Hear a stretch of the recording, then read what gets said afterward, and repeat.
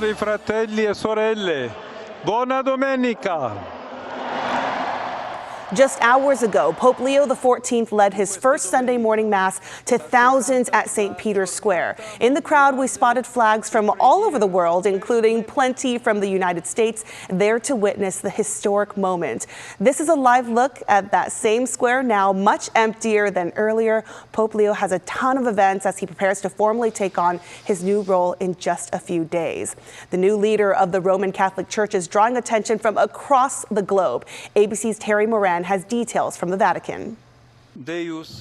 A special moment in St. Peter's Square this morning. Pope Leo XIV leading the first Sunday prayer of his papacy.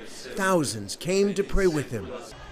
On Saturday, there was another first for Pope Leo, his first trip outside the Vatican, a joyful, impromptu visit to this ancient Augustinian shrine 30 miles south of Rome. The Pope arrived in a minivan and greeted the faithful. Inside, he prayed at the sanctuary.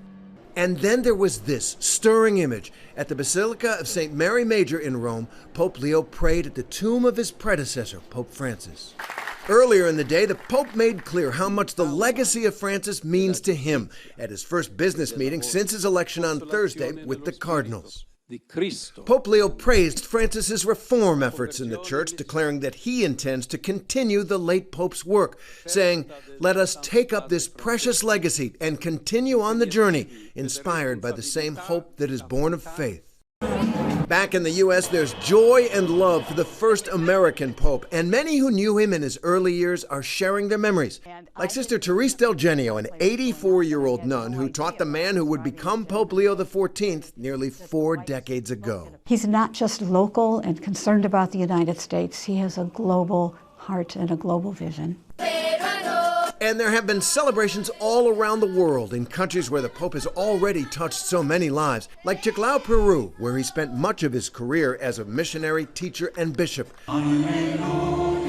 Overnight, our Matt Rivers attended a special outdoor mass held in the Pope's honor at the Chiclao Cathedral.